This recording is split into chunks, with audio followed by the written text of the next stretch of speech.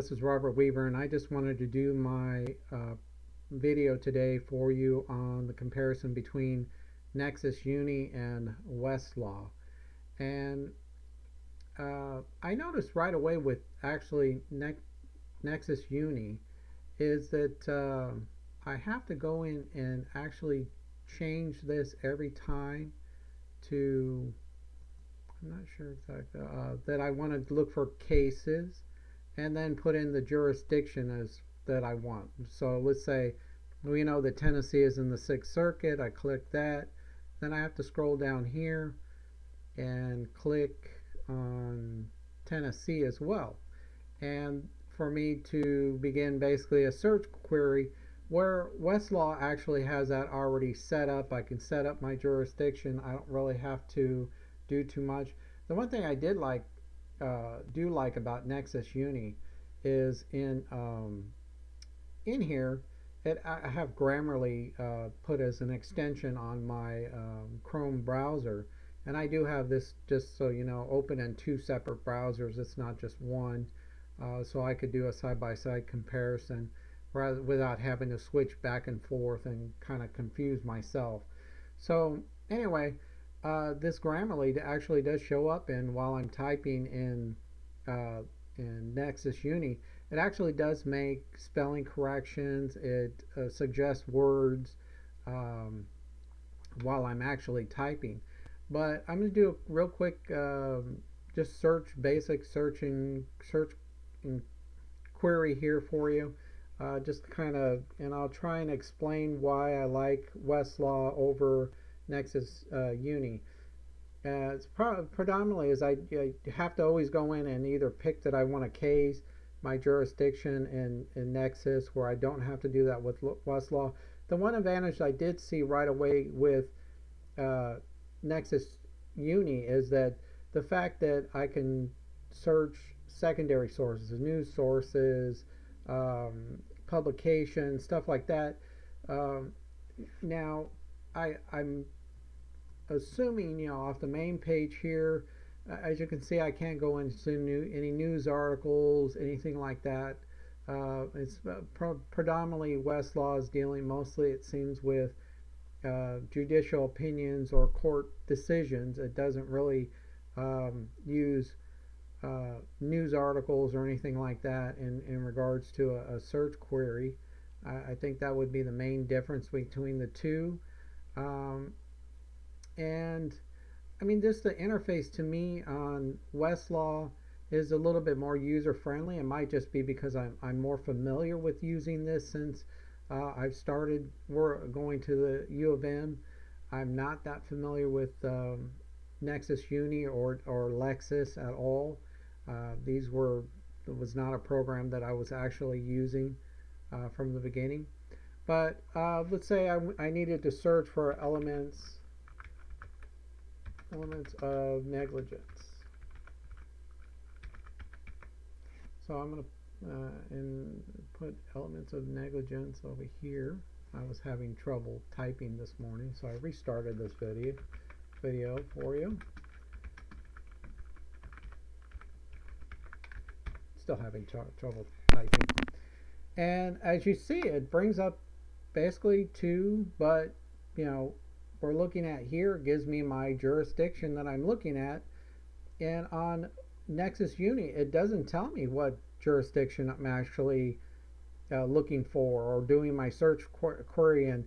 So when I was doing some practice searches last night on Nexis Uni, I noticed they kept bringing up news articles and it seemed like secondary publications that didn't really meet what I wanted. I had to play around with it a little bit, and I did find out right away that okay, I need to do this and make sure I'm searching cases and by which circuit court and so forth. And that actually I don't have to do every time I open up Westlaw. I don't have to do that at all. It automatically has my jurisdiction saved, and I can just do my search and queries right away. So let's get into this.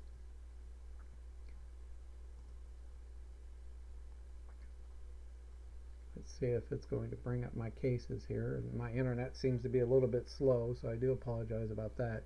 And this, okay, so right away we see, um, I was expecting some cases here. Oh, here we go. So we got cases here that we can actually look for that will contain elements of negligence in Westlaw versus Lexis, or excuse me, Nexis Uni. We see that it gives us a snapshot. We got news, law reviews, journals, and cases here, statutes, legislation, briefings, motions, directions. I mean, I think if this is going to give us briefings, pleadings, and motions, uh, I don't have that capability within Westlaw, which I touched on in another video because I was looking for some filings to find out what the docket number was. And it looks like if Nexis Uni may allow us to do that, I don't know if that would be the case. I'd really have to narrow that down a little bit, and this video might go a little bit longer than I really initially wanted it to. Um, so,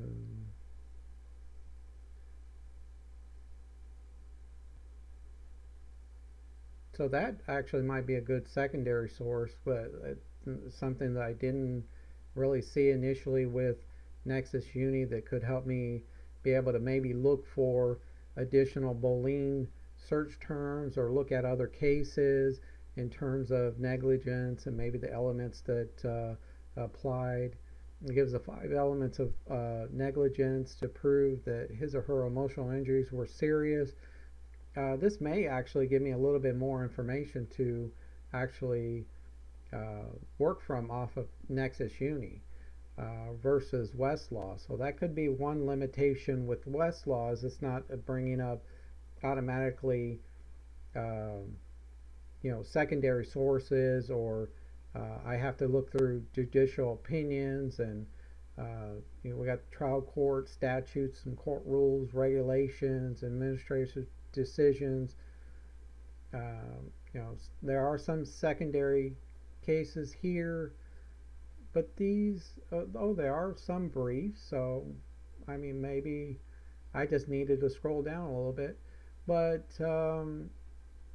I kind of honestly like the way Westlaw is set up, because I can just scroll down and I can just briefly uh, scan over the information that's on the screen. If there's something that interests me, I can click into it and go deeper in depth into it.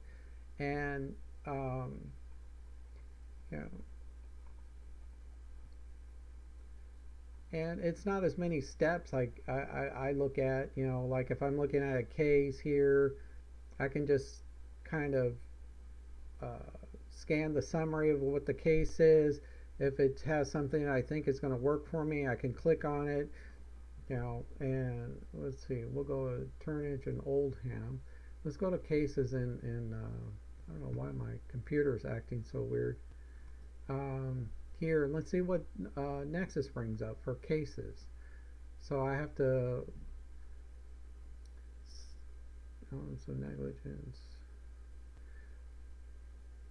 So it looks like Nexis actually took me directly to kind of what I'm looking for from what I see here. I mean, with this first case, it gives the 5 elements of, where'd it go? I'm sorry, I got lost.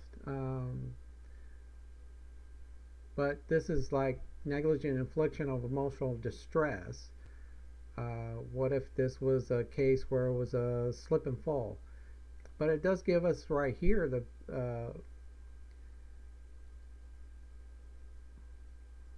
the elements of negligence: breach of duty, injury, loss, causation, and proximate causation. Probably click on that and it will give me more information. Let's see if that does that.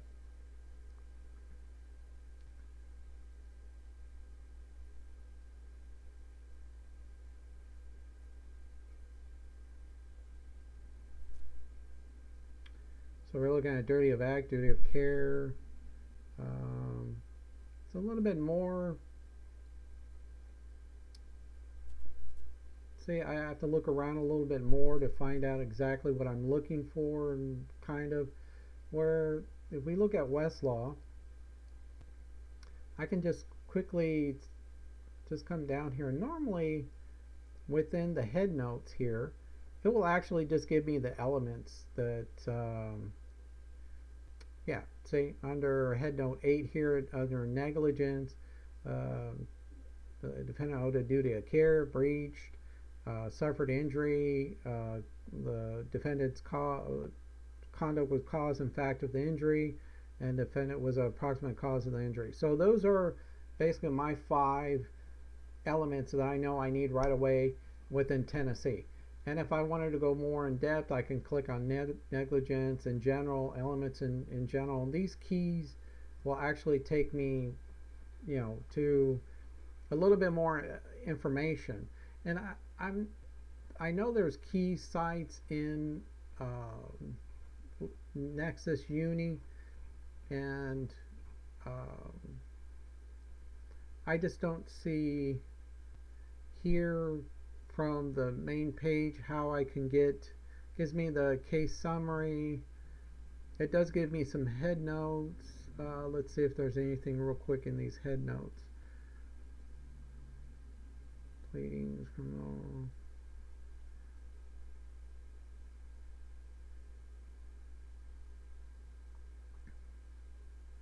And it's still talking about negligence or emotional distress.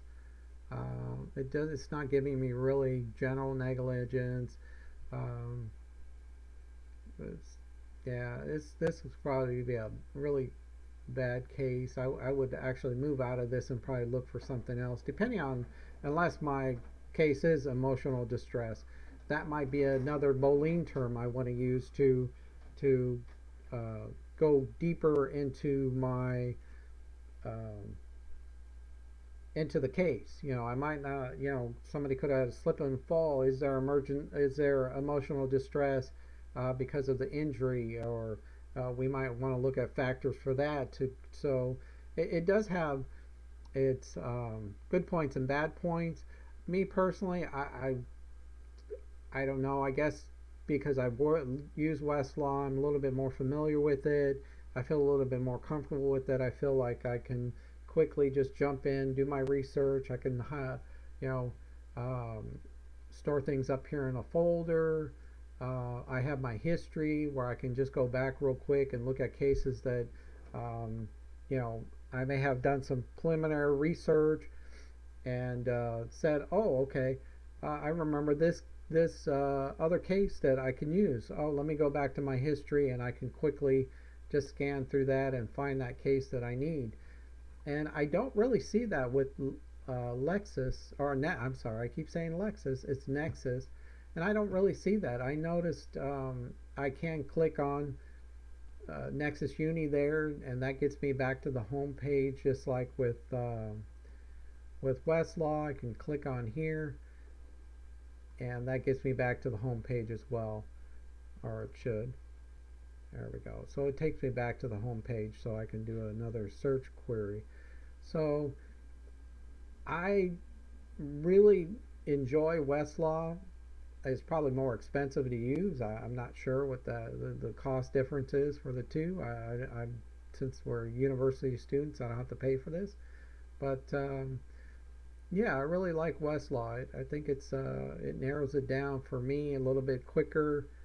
It gives me a lot of information that I can go into, and I can look at head notes and say, oh, emotional distress. Okay, let me throw that into my search term, my bowling term, and see what comes up with that, and kind of take elements of emotional distress and so forth. So that's just my opinion, and I don't mean to offend anybody.